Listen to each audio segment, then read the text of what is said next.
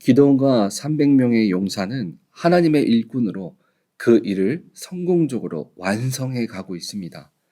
이 기드온과 그 용사들은 자신들의 싸움 가운데 하나님께서 동행하시고 인도하심을 눈으로 직접 보고 경험함을 통해서 지금 그들의 눈앞에는 두려움이라는 것이 전혀 없었습니다. 내게 능력 주시는 하나님 앞에서 그들에게 불가능은 없었습니다. 현재 전쟁의 상황을 보면 이 본문 10절에 이렇게 말합니다. 이때 세바와 살무나가 갈골에 있는데 동방 사람들의 모든 군대 중에 칼든 자 12만 명이 죽었고 그 남은 15,000명가량은 그들을 따라와서 거기에 있더라. 이 기드온과 전쟁에 임한 상태 적군의 전체 숫자는 13만 5천 명이 넘는 숫자였습니다. 그 중에서 성경을 말하기를 12만 명이 이미 전쟁 가운데 죽임을 당하였다라고 말합니다. 그들의 죽음 가운데 기드온과 300명의 용사들은 하나님의 일하심을 직접 경험하는 일이 되었습니다. 세상의 방법이 아니라 하나님의 능력으로 그들이 서로 죽이고 그 많던 적들이 줄어드는 것을 직접 경험하고 보았습니다. 그리고 나머지 15,000명의 군대를 매우 과감하고 집요하게 추적에 임하고 있었습니다. 기드온은 자신에게 주어진 사명을 완수하기 위해서 최선의 노력을 다하고 있었습니다. 하나님의 역사하심으로 300명으로 12만 명을 이겼지만 이 남겨진 15,000명과 전쟁하는 것도 결코 쉬운 일은 아니었습니다. 하지만 주님의 영광을 경험한 그들 앞에 두려울 것은 없었습니다. 마침내 기드온과 300명의 용사들은 미디안의 두 왕 세바와 살무나를 사로잡고 전쟁의 끝을 맺었습니다. 그리고 승리를 거머쥔 기드온은 복귀하는 길 가운데 또 다른 사건 하나가 오늘 일어납니다. 함께 나누진 않았지만 앞부분의 사사기 8장 5절을 보면 이렇게 말합니다. 그가 숫곳 사람들에게 이르되 나를 따르는 백성이 피곤하니 청하건대 그들에게 떡덩이를 주라. 나는 미디안의 왕들인 세바와 살무나를 뒤를 추격하고 있노라 하니. 추격하는 길에 숫곳이라는 곳을 지나게 되었습니다.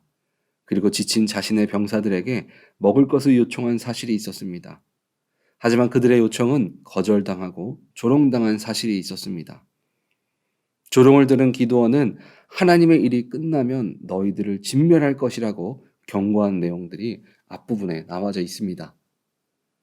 그 일을 잊지 않고 기드온은 이를 행하는 내용이 바로 오늘 본문 14절 이후의 말씀입니다. 이전 말씀에 기드온이 그들에게 경고한 말과 오늘 말씀을 비교해서 보면 이 조롱당한 기드온은 이렇게 선포했습니다. 사사기 8장 7절을 보면 기드온이 이르되 그러면 여호와께서 세바와 살무나를 내 손에 넘겨주신 후에 내가 들가시와 찔레로 너희 살을 찢으리라 하고, 그리고 그의 행동이 실제로 16절을 통해서 보면 들가시와 찔레로 숫곳 사람들을 징벌하였다라고 성경은 말하고 있습니다. 이 말씀을 보면서 어떤 사람은 하나님께서 기드온이 선포한 대로 그 약속을 이루시는 분이라고 생각하는 분도 있을 겁니다. 그러나 오늘 기드온의 모습은 여호수아가 하나님의 명령에 순종하여서 여리고를 점령한 이후에 자신들의 능력을 믿고 아이성을 향해 바로 전쟁에 임한 그런 모습과 똑같은 사건입니다. 기드온이 그들에게 말하기를 여호와께서 너희를 자신의 손에 넘겨줄 것이라고 이야기했습니다. 하지만 그 일은 하나님과 전혀 상의가 되지 않는 그런 선포였습니다. 오늘 사건은 기드온의 인간적인 감정에 의해서 무시당한 자신이 마치 하나님의 뜻으로 그 성읍을 망하게 한 것처럼 이야기하고 보여주고 있습니다. 우리가 신앙생활을 하다 보면 하나님께서 우리와 함께 하셔서 이 땅 가운데 승리자의 길을 걷게 하십니다. 그때 하나님은 우리들에게 갖길 원하시는 마음이 있습니다. 이 잠언 16장 18절에서 19절을 보면 이렇게 말합니다. 교만하면 패망하고 거만하면 넘어진다. 겸손한 자와 함께하여 마음을 낮추는 것이 교만한 자와 함께하여 탈취물을 나누는 것보다 나으니라.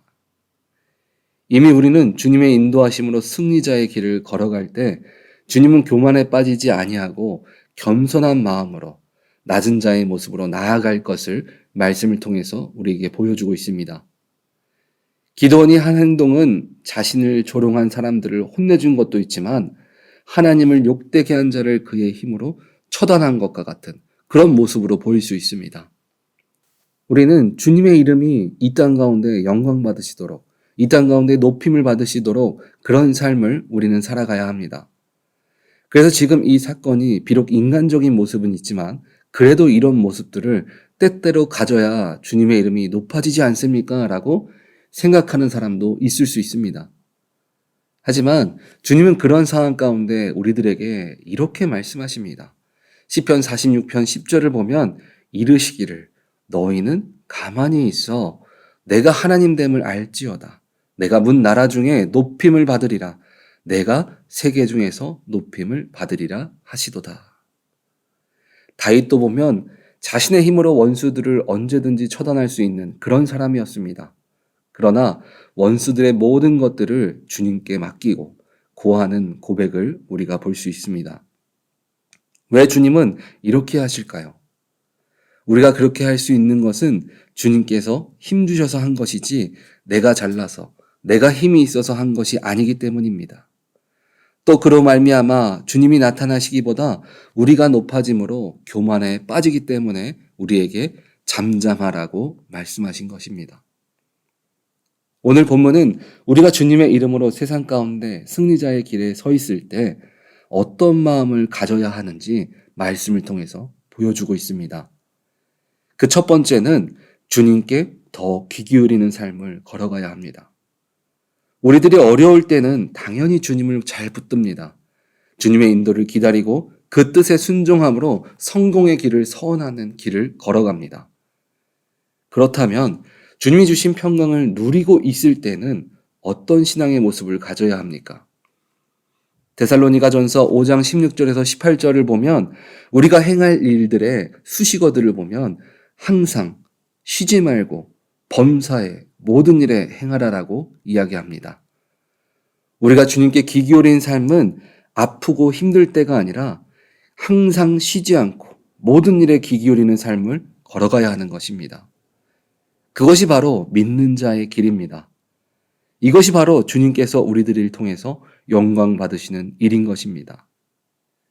두 번째는 일 중심의 신앙이 아니라 관계 중심의 신앙을 가져야 합니다. 우리가 주님의 은혜를 누리다가 마음이 변했다는 것은 우리의 신앙의 모습이 일 중심이었다는 것을 의미합니다. 주님과의 관계가 일이 있어야만 기도하는 관계가 되고 어려운 일이 있어야만 예배의 자리에 나가는 것이 바로 주님과 우리 사이가 일 중심적인 관계라는 것입니다. 오늘 기도원은 자신이 전쟁에 임하기 전에 하나님과 많은 관계를 그는 분명히 가졌습니다. 그러나 이제 13만 5천 중에 12만 명이 죽고 남은 1만 5천 명을 향해 나아갔을 때는 이미 다 이루었다라고 생각했을 것입니다. 그래서 이 정도 했으니까 이제는 내 생각대로 이 정도만큼은 이 정도쯤은 내가 해도 된다라고 생각했을 수 있습니다. 그리고 이제는 자신의 일 가운데 여호와의 이름을 잠깐 빌려서 사용하게 된 것입니다.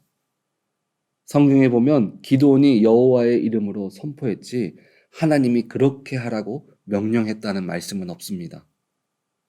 하나님은 승리자의 길을 걷는 가운데에도 우리들의 마음이 우리들의 신앙이 변하지 않게 하시려고 오늘 기드온의 행동들을 통해서 우리들에게 귀한 말씀을 전해주고 계십니다. 우리는 기쁠 때나 슬플 때나 상관없이 우리의 삶의 목적이 무엇인지를 늘 기억해야 합니다. 우리의 발걸음은 곧 주님의 영광이 됨을 우리는 늘 기억해야 합니다. 때로는 우리가 하나님을 열심히 믿고 믿음으로 나아가고 있음에도 기드온과 같이 무시당하고 조롱당하는 일들이 있습니다. 그때 우리는 내 감정으로 내가 하는 것이 아니라 끝까지 하나님께서 일을 행하셔서 영광 받으실 수 있도록 우리는 끝까지 믿음의 길을 걸어가야 합니다. 비록 당장은 내가 무시당한 것 같고 잘 안 되는 것 같지만 결국 시편 46편 11절의 말씀처럼 만군의 여호와께서 우리와 함께 하시니 야곱의 하나님은 우리의 피난처시로다. 주님이 함께 하셔서 피난처가 되시며 우리를 위해 싸우시며 일을 행하시는 줄 믿으시기 바랍니다. 우리 오렌지 한인교회 성도님들은 내가 기쁠 때나 슬플 때나 언제든지 주님 편에서 주님의 영광을 나타내는 자로 늘 주님의 소리에 귀 기울이며 하나님과의 관계를 늘 붙듦을 통해서 우리를 위해서 일을 행하시는 주님을 늘 경험하시기를 주님의 이름으로 축원드립니다. 아멘.